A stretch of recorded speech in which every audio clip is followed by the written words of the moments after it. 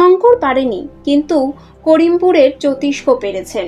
হ্যাঁ, বিভূতিভূষণের কল্পনার চাঁদের পাহাড়, যেখানে পৌঁছানো স্বপ্নের থেকেও কঠিন, যেখানে প্রতিটি পার সঙ্গে লেগে থাকে মৃত্যুর ছায়া, যেখানে বরফ আর বিষ, হিংস্রতা আর ভয় একসাথে হাত ধরে দাঁড়িয়ে থাকে পথ আটকাতে। কিন্তু সেই অসম্ভব পথই জয় করে দেখালো এক বঙ্গ সন্তান, নদিয়ার করিমপুরের জ্যোতিষ্ক বিশ্বাস। শুধু সাইকেল আর সাহস, এটাই ছিল তার সম্বল। নিজের জমানো টাকা, পিঠে ব্যাগ, মনে বিভূতিভূষণের উপন্যাস আর হাতে একটা ছোট্ট চিরকুট। বহু আগে শঙ্কর পা রেখেছিল মোম্বাসার রেলওয়ে হেড অফিসে। প্রায় 100 বছর পরে সেই একই পথ ধরে রওনা দেন জ্যোতিষ্ক। কিন্তু তিনি ট্রেন নেননি কোনো গাইড বা কাফেলা। তিনি চেপেছিলেন একখানা সাইকেলে, ভারত থেকে আফ্রিকা। সাইকেলে পার করেছেন একের পর এক দেশ, পেরিয়েছেন সিংহ, চিতা, বিষাক্ত সাপ, ভয়ঙ্কর তুষার ঝড়ের ভিতর দিয়ে।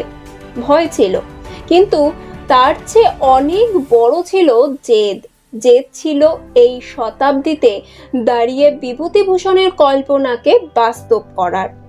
শেষমেশ সেই দিন এলো। জ্যোতিষ্ক বিশ্বাস পৌঁছলেন রুয়েনজরি পর্বতের সর্বোচ্চ শৃঙ্গ মার্গারিটা পিক, উচ্চতা 5109 মিটার, যেখানে পৌঁছতে পারেনি কোনো বাঙালি। জ্যোতিষ্ক সেখানে দাঁড়িয়ে বললেন, বিভূতিবাবু, আমি রয়েছি আপনার স্বপ্ন পূরণের জন্য। এই সাফল্য শুধু একজনের নয়, এটি গোটা বাংলার। এটি সাহস, স্বপ্ন আর একান্ত নিজের ভালোবাসার জয়, যেখানে অ্যাডভেঞ্চার মানেই শুধু খেলা নয়, এটি ইতিহাস করার এক নির্ভীক যাত্রা। শঙ্কর পারেনি, কিন্তু জ্যোতিষ্ক পেরেছে, কারণ ও জানতো স্বপ্ন যদি সত্যি করতে হয় তবে শুরুটা করতে হয় হাঁটতে হাঁটতে, আর শেষটা হয় ছুঁয়ে দেখা। এই হলো জ্যোতিষ্ক বিশ্বাস, নদিয়ার করিমপুরের ছেলে, যিনি সাইকেল চেপে লিখে ফেললেন বাঙালির ইতিহাসের সবচেয়ে রোমাঞ্চকর অধ্যায়। চাঁদের পাহাড় জয় করলেন এক বাঙালি, এবং তার নাম ইতিহাস জানবে জ্যোতিষ্ক বিশ্বাস।